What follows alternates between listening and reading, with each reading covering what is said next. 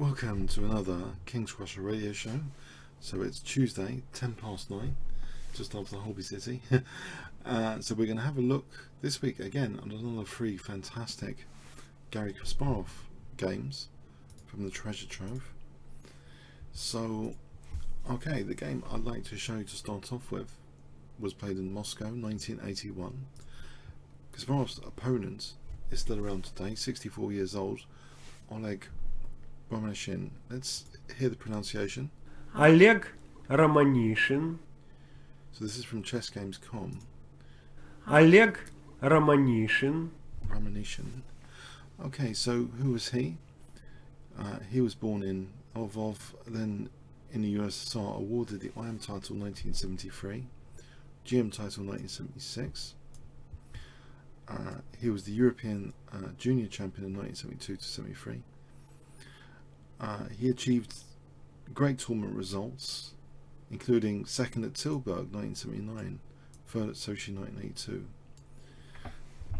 Okay, he's reported to have said, draws make me angry, so he remains a strong GM with an aggressive style, just below the top rank, and is also a leading chess opening theorist. Be free. So, okay, so let's see how this game played out.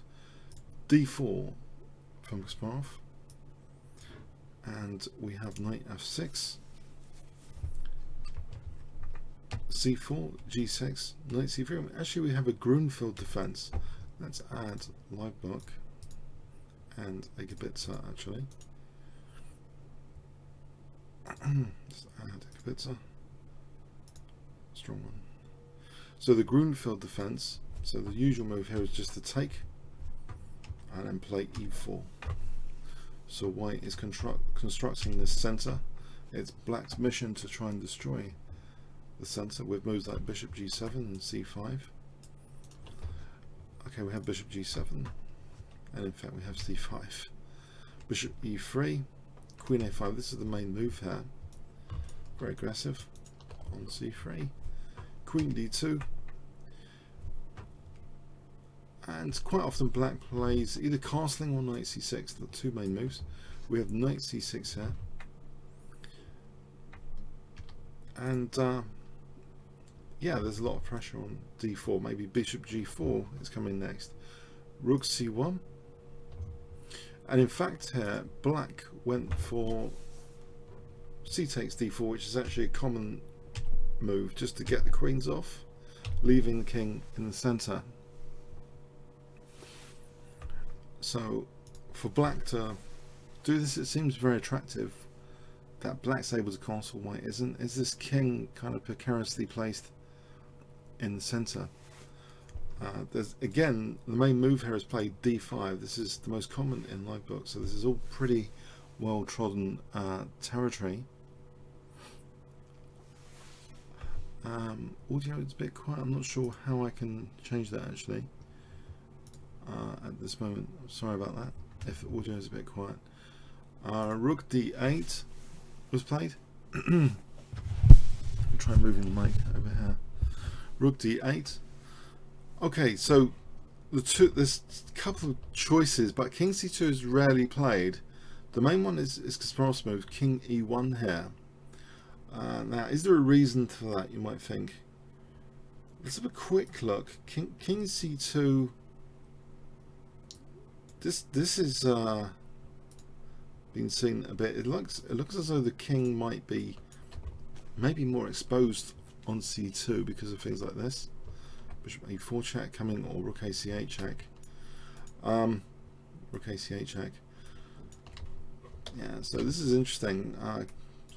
This position, king can be a little bit safe. Engine has it about equal actually, but yeah, king e1 is actually far more popular to play king e1 here. We're talking like 178 games in light book with king e1. So the thing is with the Grunfeld defense, it's a very, very theoretically trodden and established opening now. So even here, you know, there's been over 120 games just from this position. To play it with white, you really need to know what you're doing theoretically in these lines to just get even a small advantage, it seems. Knight a5 is played. Bishop g5. Again, all of this has been seen quite a lot before. Now, okay, here is a departure. This position is now a departure by black from what is extremely trodden territory, which is actually the extremely trodden territory is to play bishop d7 here. Now, is this pawn, can this pawn be taken? It's not usually, apparently. If a pawn is taken here, and maybe, you know, this is too much exposure, white's king's there. If d6, knight c6, and it's no good, is it? It's no good. So that's probably explains why actually bishop d7 here is like the main move. It does connect the rooks quite quickly, but here actually black played bishop f6, so we are going away from the trodden lines now. This is making the game unique. This move, bishop f6, here is where the game started to take its original path. So what to do with bishop f6? Does white really want to take there? The king's in the center, so you know this could expose the king fundamentally. Whoa, pardon me. Bishop f6. It could expose white's king to take on f6. What we have actually is bishop dropping back to d2, hitting this knight. The knight's a little bit awkward there. We have b6, but does white want to give up the dark square bishop just to double the pawns here? Well, he didn't. I mean, if white does this, he didn't. Black should be fine here, it seems, with the bishop pair and the white king there. It doesn't look too clever, actually. And the center is going to be blown as well soon, blown up. So, okay, we have that is not touched. Instead, Kasparov is playing rook c7. And could target the e7 pawn next with a move like bishop b4, perhaps. That's one possibility. We have bishop g4. Now with bishop g4, white secures actually the c file with bishop a6, making sure that black cannot challenge this invasive rook, and doesn't mind the double pawns here. Black didn't even try this though. Black didn't try and damage the pawn structure. Giving up the light square bishop here might not be too clever. Black played e6, just going for that center again. On bishop takes, this position is okay, it seems, for white. But the rook can drop back. We get a position like this. And it should be okay for white. White's going to still play rook c1 at some point, or maybe even play on the king side. So, okay, we have e6. Doesn't want to double the pawns. Now e6 does reveal the f7 pawn behind it, and it's this pawn which Kasparov hits now with knight g5. So he doesn't mind about his center pawn going if he's going to damage black's king safety here, and it would seem too dangerous to take on d5. In fact, black played bishop e5. If he takes on d5 here, knight takes f7, hitting the rook. This position with check. Actually, here, white has rook c8, threatening a mate. No, it's not threatening a mate, pardon me. It would be threatening if the rook wasn't threatening. Not threatening mate, threatening the rook. Let's get rid of that. Threatening mate. Threatening the rook. And this is difficult for black anyway. This position is difficult for black. If here, take here, and take this bishop. Yeah. Okay, so, and if here we got this skewer, and it's difficult for black. He's going to lose the exchange. he tries to minimize losses, he's losing the exchange. So this whole continuation, let's go back, with e takes d4, it's not on to try and take out this center pawn for this pawn. It's actually quite significant to take out f7 here, it turns out, because yeah, it's significant. So we have bishop e5 kicking the rook and offering f7 here, which would seem to be like luring white's pieces to be kind of loose. But Kasparov does accept the challenge here. He plays rook takes f7.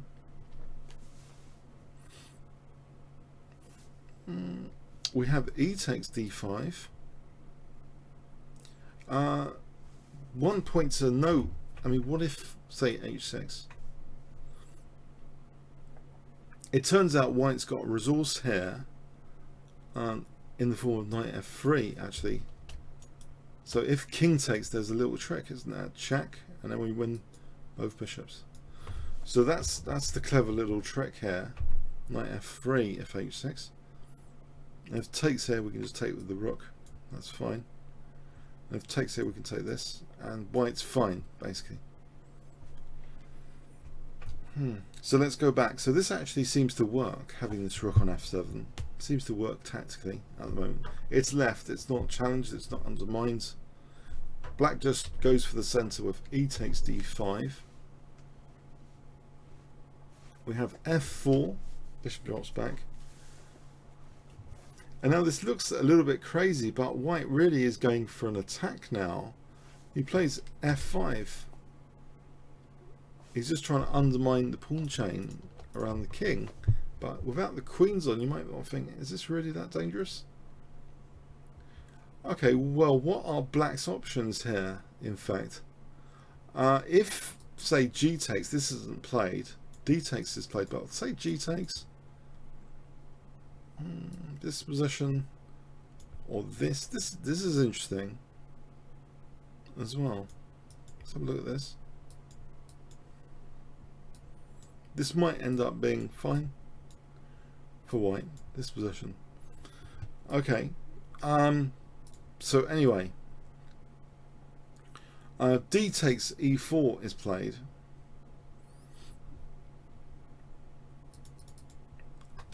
And now white tries to get this diagonal. He has to take out the defender of c4. He takes that out with bishop takes a5. He wants bishop c4 as a possibility. Plays bishop c4 now. Yeah, there's three pieces coordinating, but look at white's king. It's in the center. And what about this rook d1, winning the rook over here? Does that mean anything? Well, black played bishop c3 check here.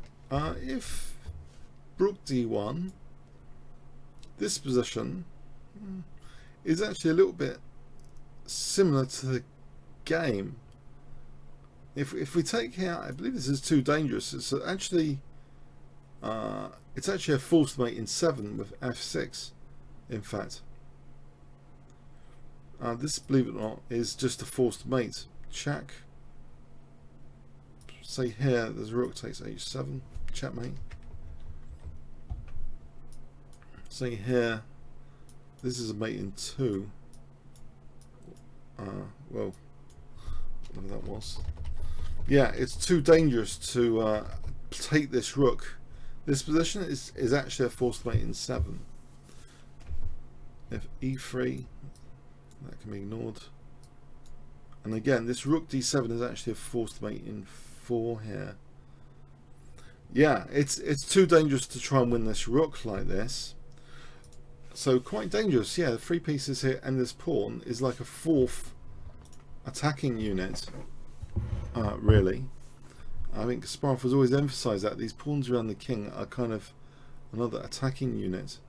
So actually black tries bishop c3 check. Now, this is dangerous for white. If, well, white played actually king f2, then we have e3 check. Now, one of the points here, this pawn cannot be taken actually, because a bishop d2 check. and taking here. And actually this, even this position apparently should be equal after h4. It seems as though, well, that's good for white, getting the two bishops there. And if black has to play check, then we get a perpetual check. So it actually shows that white's position is actually quite good. That's only enough for a draw. We have king g3. This gives white an advantage, it seems. King g3. We have check. King takes g4. Check. Here. And now rook takes c4, taking out that seemingly very aggressive bishop. And surely the problems are kind of solved here, or are they? There's still 3 attacking pieces if you include the pawn, and f6 is played. This form pawn now, form pawn is threatening a mate in 3 with rook g7 check. As an example, just to put it on the board, rook g7, if king here, then mate. And if king e6, then we have check here and mate. So the threat here is, yeah, that mate sequence. So black actually plays bishop takes f6, interestingly, knocking out that form pawn. Perhaps actually black might have considered rook c7. In this case, say this case, it seems as though white's doing well anyway, winning this bishop. Or king g7 knight e6, but if king h8, again knight e6 threatens f8, so this position is better for white actually, it seems. Yeah, it seems better for white. So let's go back. So basically black took out f6 here, took out f6, rook takes, and tries to play with that trump card, that dangerous looking pawn. It's blocked for a moment, and okay, a little bit tricky perhaps, because yeah, Kasparov put his king back towards the center with king g3. If he plays knight f3, yeah, this is starting to get tricky. Rook a2, but king g3, again rook a4 is played here, king f2, and that's taken. So yeah, black's generating another passed pawn. Is this a cause for concern? Knight e6. There is an interesting idea though about knight e6. It does a couple of things quite interestingly. It means, sorry, it's blocking the e pawn, so the rook can technically step away and allow the king to safeguard against e1, so it's blocking that, but also it's digging into key dark squares here. In fact, this maneuver would be threatening rook f8 checkmating. So it's got two advantages. And that looks a little bit crazy, but it does seem to do that at that position, in this particular position. So does black have time to push any of these pawns here? He plays a4. So we have this race between these potentially dangerous passed pawns coming down like Space Invaders, and if white can weave a mating net or mating that threat, it's crazy. This is crazy because that centralized knight, yeah, is it going to be that good here to do this? We have rook b1, so the rooks are struggling, well, they're trying, not struggling, maybe they're trying to coordinate, but there's also g7 to consider as well for doubling and then getting another sort of at least perpetual check. We have a3, so that these pawns are still coming down. Rook b7, and now at least white can potentially bail out here with a check, and here to try and bail out with a perpetual check at least. you might think, yeah. Now it's here. Black might have missed a chance to just play this, let this go, a2, and it should be apparently about equal. But what black played was actually e1, which also looks very, very close to equalizing after rook takes g2. Is it just encouraging Kasparov to take a perpetual check? Or is Kasparov actually playing for a win here? We have check, king h8. And we have, in this position, this threatening a mate in 2, because we've woven a mating net here with rook f8 if black does nothing. Just to put that on the board, if a2, there's a mate in 2, just to put it on the board, this just to show you, mate in 2, yeah. So black makes some space for his king and plays h5. The funny thing about this, technically, this is at move 40. Angela suggests this is dead equal, this position, with best play. Dead equal. So this is move 40 now, king f1. So what should happen here?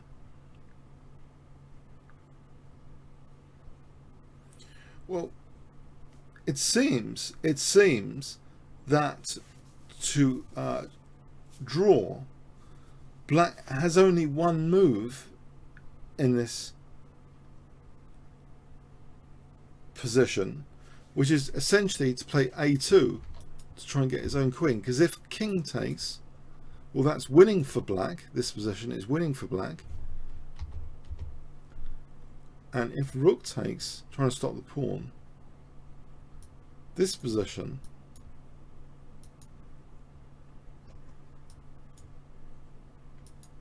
is apparently, it's just going to be a draw, right?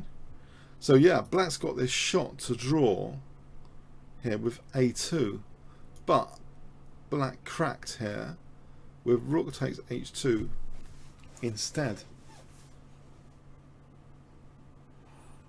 And here, actually, it's a very, very good position for white. Apparently, there's a forced mate now instead. There's a white has actually a forced mate available.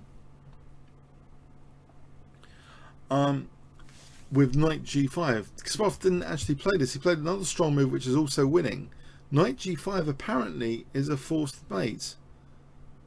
Example here, check, check,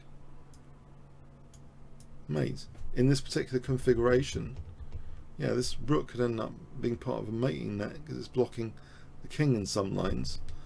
What else? You know, check, check. Say the rook moves somewhere. Again, we get this situation where there's this mate. Yeah, so that apparently knight g5 is like a forced mate. But this is good as well. Kasparov played rook takes g6, threatening a mate in 2 with check and mate, supported by the knight. Black is in a difficult position here. Yes, faced with this mating net. His pawn didn't come in time. We have rook takes e6, rook takes. And again, with mate threat now, there's no time for the pawn. King g8. But now, with rook takes a7, again, mate threat. Black resigns here. He never got any time for his pawns. He resigned here. What can he do? If king f8, let's just say king f8. We could push the king back for a moment and then get this 2 rooks going to be mating. Yeah. Yeah, it's a tense game, very tense game, this particular one. It's in quite a few people's games collections at chessgames.com. Not an enormous amount of kibitzing on it. Some people thought it was a fascinating game. But yeah, quite interesting. So Black might have missed the chance for a drawing sequence. I hope you got something from that game. I know I didn't do too many guess the moves there. Maybe that could be we can do a few in the next game. It was quite a complex Grunfeld game. So yeah, okay. So if what can go into our pattern recognition from this game for any future reference? Well, from my point of view, it seems that Kasparov found some safety for his king on e1 and seemed to be just going for an attack without the queen, still doing all the things he would do but without the queens on the board, trying to undermine the pawn chain around the opponent's king. And it's also noted, really, I think it's noteworthy the pawn was acting like an attacking piece in the variations. And this balance of black's pass pawn against potential mating nets was won by white, but it seems as though black did have a resource to indeed try and secure a draw there. So yeah, a bit of it was a real balancing act between black's pawns and trying to weave quickly this mating net. Okay, let's go on to another game of interest. Okay, still in 1981. It's not a very interesting game. Now, Kasparov is black here, and his opponent is Markov. Took Markov. Last FIDE rating 2540. He's 70 years old. Took Markov. He was born in Ukraine. He was a GM in 1972. He scored most of his best tournament results in the 70s, including second after Bobby Fischer at Buenos Aires 1970. Fourth equal with Tigran Petrosian after Karpov, Stein and Smyslov at Moscow 1971. And half a point behind Karpov at Madrid 1973. Not a bad player. He participated also in 14 USSR championships between 1967 and 89, scoring about 50%. Finishing second at USSR Championship in 1970. And also the 50th USSR Championship in 1983. Okay, great player, great player. Let's have a look. So d4 is played by Markov, and Kasparov plays his King's Indian defense, which is one of the reasons I got into the King's Indian defense, because Kasparov and Fischer basically played it with great success, and just as importantly for me, had seemingly very entertaining, exciting, dramatic, dynamic encounters with it. So we have bishop g7, e4, d6. We have like the mainline stuff, bishop e2,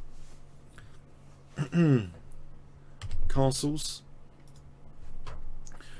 Now we have bishop g5 here, which is the Averbach variation.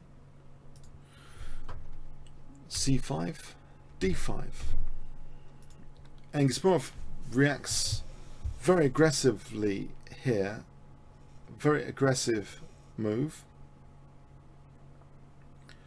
Borrowing some ideas. Well, I wonder what aggressive move springs to mind for black. If I ask you a question there on stream or play chess, what would you play here if you're feeling super aggressive in this position with black? So you want to generate some counterplay.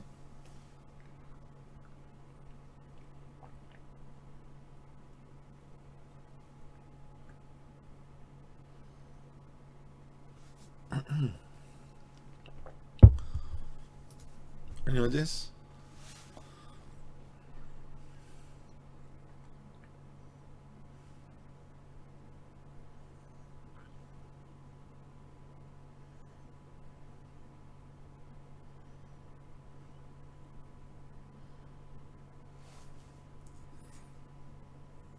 Okay, not h6 or queen a5. In fact, really violent sort of Benko Gambit type b5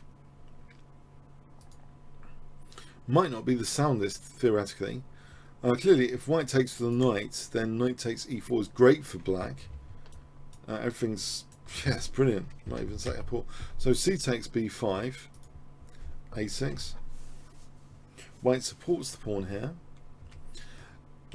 He doesn't want to get involved necessarily with b takes. Queen a5, threatening knight e4. This position is a little bit like some sort of Benko Gambit. Black has good play, it seems. So, yeah, just here a4, trying to hold on to that pawn. We have h6. Bishop goes to d2, and Kasparov tries to undermine the center now with e6.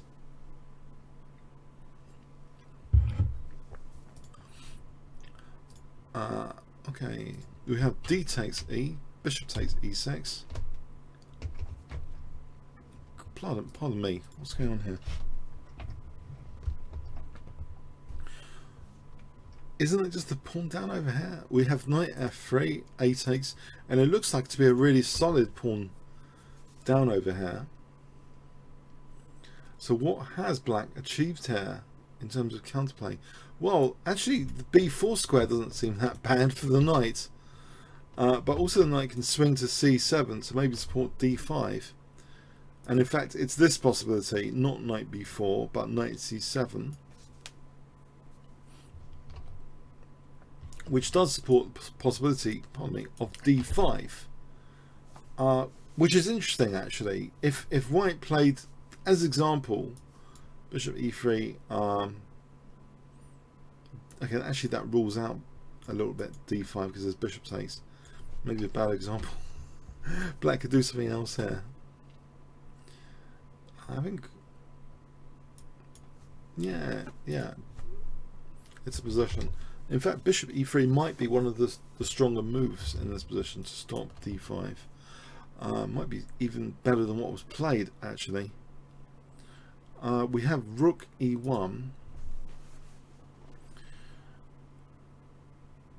Maybe expecting d5 here. On d5 here, let's have a look. This position is, yeah, it's solid for white still. White's holding the fork there and the pawn up. But okay, Kasparov actually chooses knight takes b5 instead, which weakens white on the light squares a bit at least. And it's now that he plays d5, so taking out that light squared bishop. Interesting. E takes, knight takes. Threatening immediately bishop takes b2. Okay, so we have knight e5, which threatens things like knight takes g6 for this bishop. That bishop is supported, and now rook c1. So is black's position a bit loose here? Bishop f5 counter-attacking on this knight. That goes into c6. Queen d7.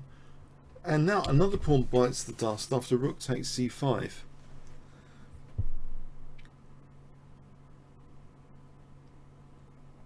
So this is quite an interesting game played by black, by Kasparov here, because he's like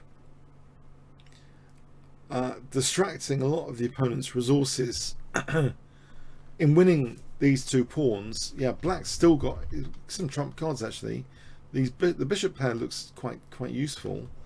The e file, quite fast to the e file because the rooks are connected up to the e file here. But also it's kind of a mass distraction concept, which I touched on once in a video about how you can sometimes distract the opponent's resources to the queen side if you want a direct attack on their king. And so there's a lot of stuff over here. And of course, in the long run, these are winning, these two pawns.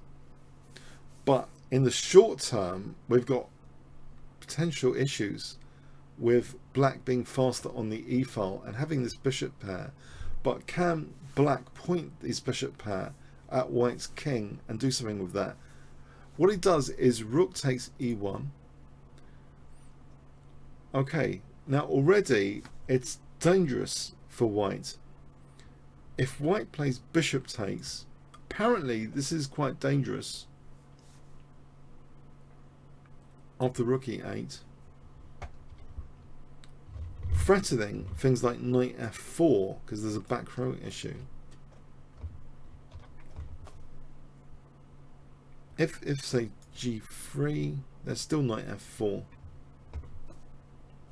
Actually, on g2, you know, this position is making g3 is ruled out here. h3, again knight f4.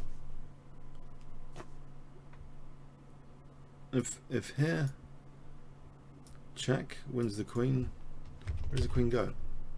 If here takes, if here, that looks ridiculous. Bishop takes b2. There's a back row issue. No, so this is dangerous basically. This position here is actually dangerous if white takes with the bishop. I think we can establish that. White played the best move here, queen takes e1. But we still have a tempo gaining on the e file now. Queen c1. But while this bishop is safeguarding e1, the back row seems okay for the moment. Knight b6 is played,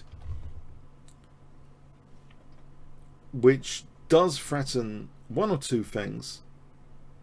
Rook e2 is not bad, and also just knight takes a4 as well, which will be on b2 after. Now white chooses, against these two potential threats, white chooses to protect the pawn out of them. Yeah, that's white's choice, to protect the pawn. Fair enough. We have rook e2 now. Now, yeah, white's 2 pawns up, right? But yeah, his resources are getting more and more on the queen side. And in fact, it's here he might be stepping a bit too far with all his pieces on the queen side. Chock-a-block nearly after this. Next move, bishop a5, because we've got, look at this. This is ridiculous. This is looking a little bit ridiculous. Has white neglected the back row?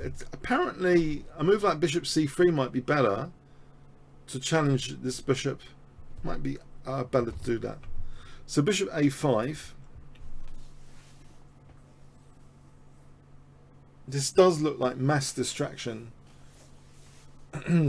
concept. All of these pieces over here. But it's now that Kasparov starts to turn his bishops against the white king. He plays actually a move which is pointing at g2. So introducing, actually just bishop takes g2 is introduced, trying to smash to smithereens the pawns around the white king here. Yeah, and you might think, well, what about this knight? It's not significant here to take this, because actually, in fact, better than bishop takes g2 is just queen g4 here. And for example, here bishop takes is crushing. You know, here there's a mate, and here loses the queen. So that's not particularly good, and the attack carries on there. So yeah, this is dangerous now after bishop e4. Yeah, it seems to be there's no time to take on b6 because of queen g4.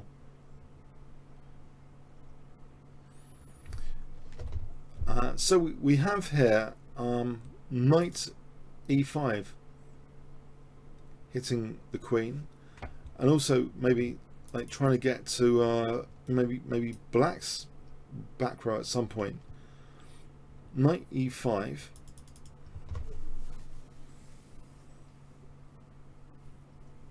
First of all, what is going on now? If bishop takes e5, let's just check this. Actually, the knight is holding c8. It's not about c8. The knight's holding c8. Rook takes e5 is apparently good for white here. For example, knight d5, knight d4 hitting the rook. And the rook's kind of stranded a bit. This is all getting messy. This is getting really messy, but apparently, yeah, white's going to mop up here if black's not careful, right? After knight e5. If he takes, yeah, white's mopping up, it seems. Actually, he plays queen e7.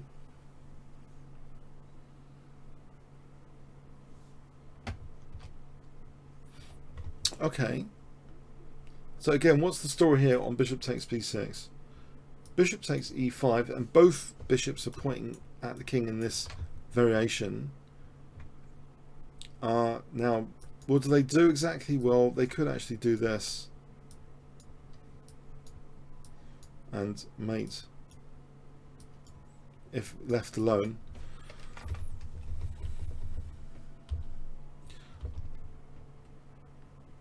So queen e7, yeah.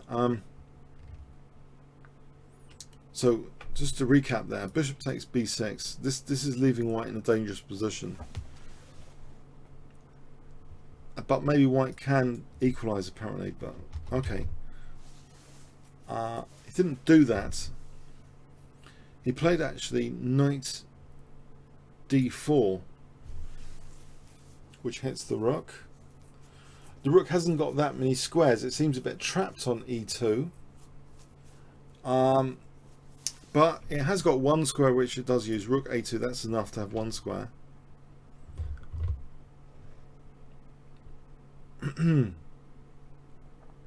Now we have bishop takes knight, and black plays bishop takes knight.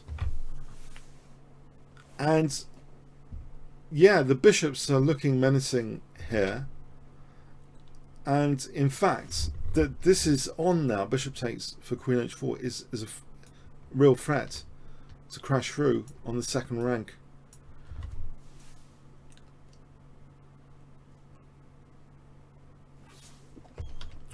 White played what seemed to be a good defensive move, defending f2. It's a difficult position here. In any case, queen e3, and guess what? Black plays here, which finishes the game. So guess the move here. Black play, and it finishes the game. Black to play.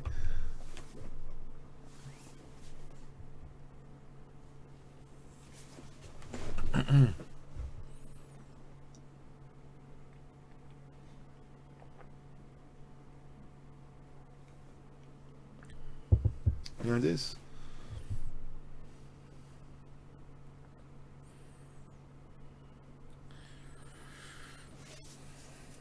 Can you guess?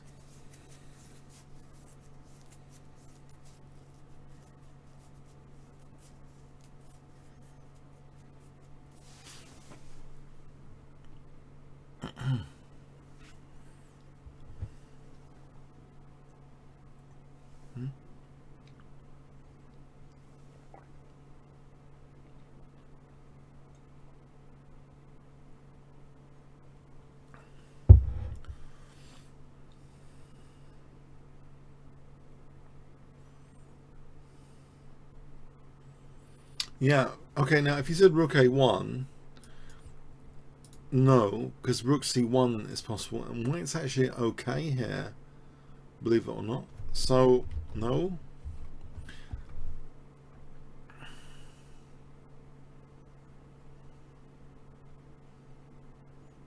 And not bishop takes pawn, because remember the queen's holding f2 here, so there's nothing really going on here, because on check we have rook c1 again. There's nothing going on there.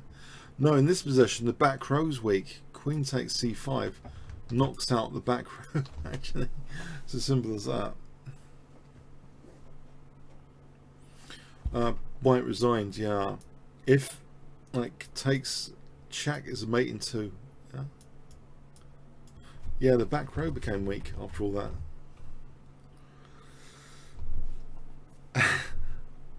I think Kasparov said of this game that if you make 10 threats in a row, the opponent's bound to crack, or something to that effect about this game. Yeah, it was something like that was said,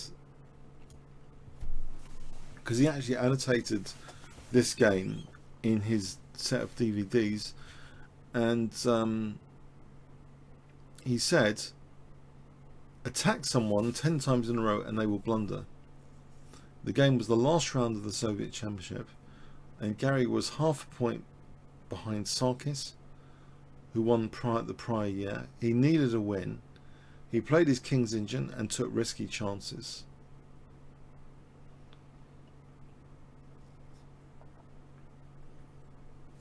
Yeah, he took a lot of risks in this game. So a long series of attacking moves. And yeah, just put the opponent under great pressure, huge pressure here. But he definitely needed a win. It's a very practical game, actually, not scientifically correct. But there does seem to be a few elements of interest about taking all the opponent's resources to the queen side. And if you get the bishop pair, try and point your bishops at the king, and just try and tap into any little vulnerabilities for king safety. But yeah, it turned out the back row, the old back row, was weak here. Blimey. But it was a much needed win at this stage in the tournament. Alright, so let's have a look at one more game.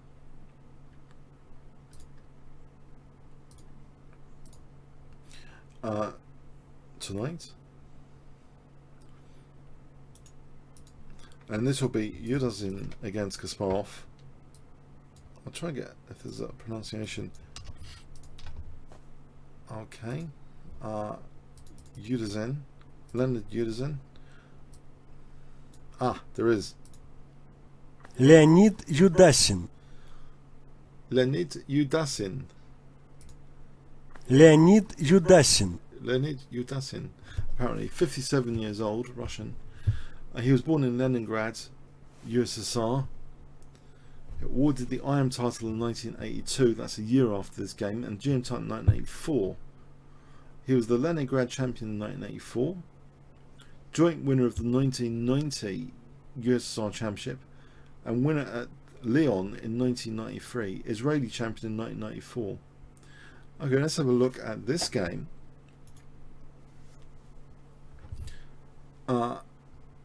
E4.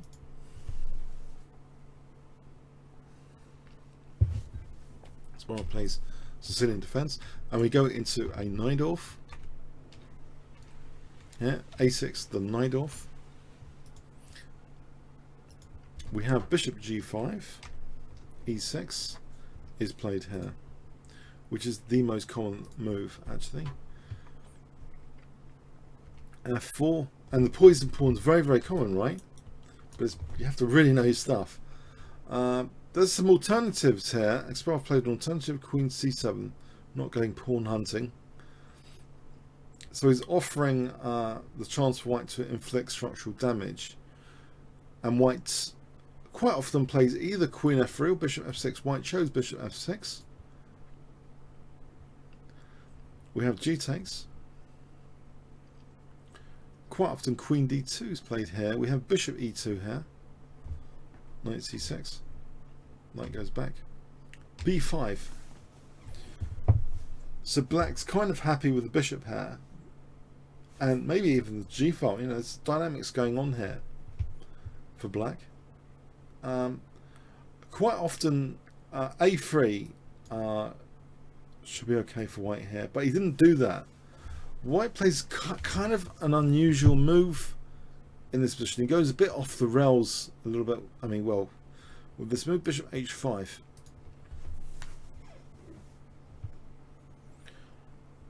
It just looks a bit strange to play this.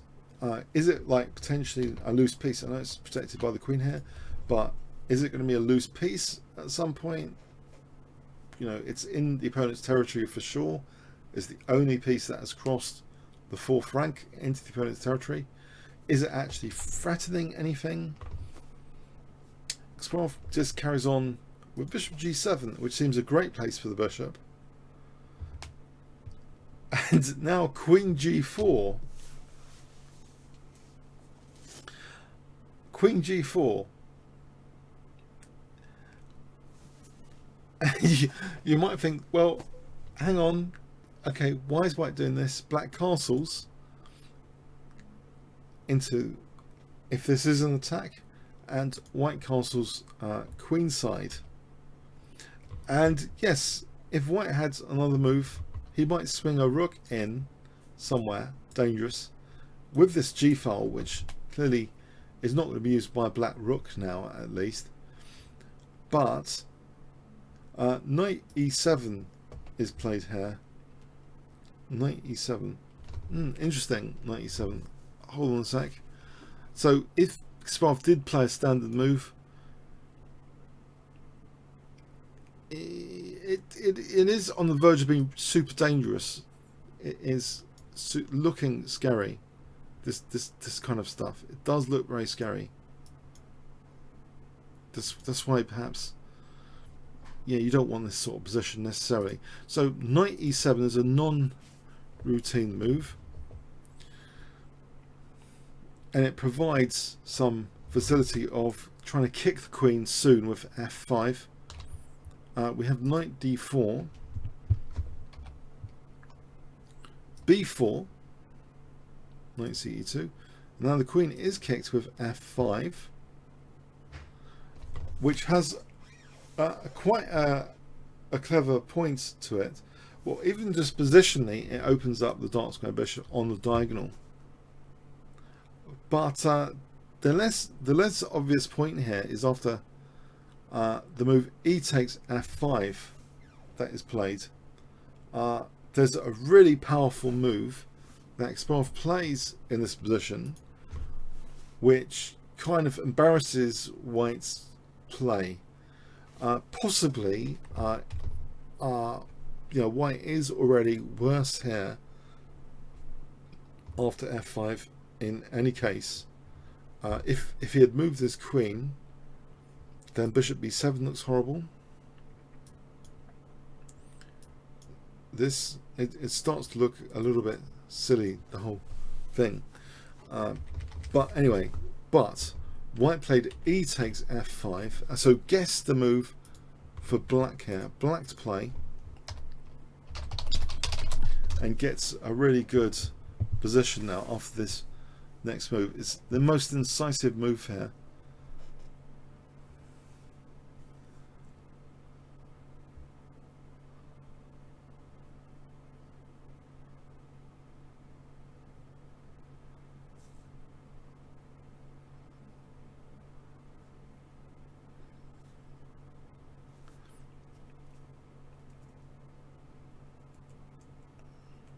Right, not knight takes, not because knight takes and queen g3 is fairly okay for white, actually. Yeah, I mean f5 is a bit weak as well. No, plays e5, simple. Yeah, he's gonna get this pawn under great circumstances, isn't he? D takes. It's actually here. White doesn't really want to move the knight because bishop takes f5 hits the queen and threatens mate, and that's losing, just losing, so it's impossible to do that. Here, pinning the pawn, there's some similar disaster. Knight takes f5, bishop takes f5, and it's just really good for black, this position. Let's not go there because it's similar a little bit to the game a little bit. Queen g5 is played with the idea of playing f6. So Kasparov's blundering, he would play this, and now f6, and white would actually be better, but he's not going to do that. To stop f6, he plays h6. Queen now does this pin as previously mentioned, but knight takes f5, and black's pieces are wonderfully coordinated. These bishops are wonderfully coordinated, and black's of course threatening mate. We have rook d2, rook ac8, and it looks as though, yeah, fierce pressure on c2. Look at this. Bishop takes c2 threatens, among other things. Queen b3 lending support for c2. Now we have e4 opening up this bishop again, a sort of positional move really, and attacking. And it means also e3 is threatened, trying to distract white from c2. So the king desperately tries to wriggle out with king b1 of this predicament. e3, it turns out, is actually really strong here. It's one of the strongest moves, in fact. But also Kasparov's move is very strong. Bishop e6.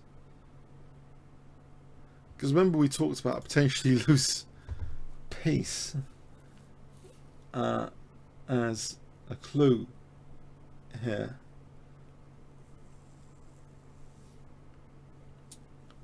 Yeah, this is another simple and effective killing move now. I wonder if you can spot it. Black to play. It's the final move of the game.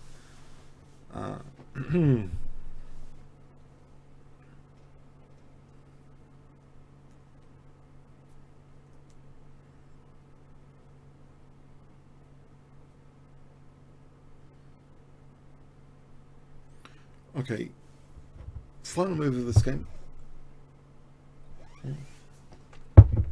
Yeah, Queen a5.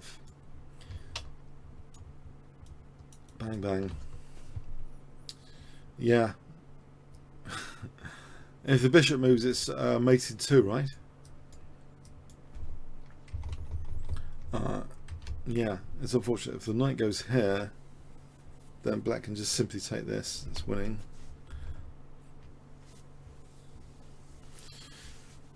As an example, yeah. Even b3 for the record is strong as well. Taking the rook is even stronger. Taking the bishop, yeah, disaster, disaster.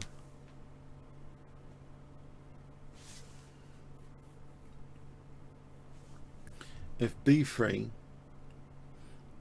take the bishop, but also, by the way, just I think even rook c5 is winning here. If the bishop ever moved, we've got this mate into a mate contraption using the bishop. But we could just take the bishop as well. Anyway, just those theoretically interested in the tactics of the position. Yeah, what looked strange was in the opening, bishop h5 looked really weird. This bishop coming to h5 and the queen to g4, it looks as though white was asking for punishment, and Kasparov gave it later. Those were like subject to tempo gains. What Kasparov needed to do was a really, really precise move. That knight e7 facilitated the whole f5 for e5, because the bishop being left on c8 was very important to keep on c8, because it provided that pin. If we just have a look at that for a moment, the bishop being kept on c8, we've got the pin mechanism here going on. So we've got the pin. It's important that the bishop was left on c8. So the knight e7, it's all working really well to get to c2. Really well, this tactical idea.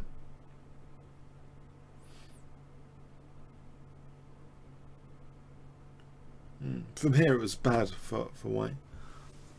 Very bad. Very bad after this. Yeah. Okay, I think interesting games. So I hope you might find them interesting. Yeah, you know, sometimes it's just showing how certain types of mistakes can be drastically punished. So we've seen that tonight a bit. And, you know, our intuition, yeah, it says something suspect. Maybe it is, you know, but you have to be really precise sometimes to exploit that, and Kasparov is. So, okay, hope you got something from that. Comments, questions, likes, appreciated. Otherwise, and also on YouTube, if you've got any other questions on YouTube. Otherwise, so see you next week. Have a good week. Enjoy your week. Thanks very much.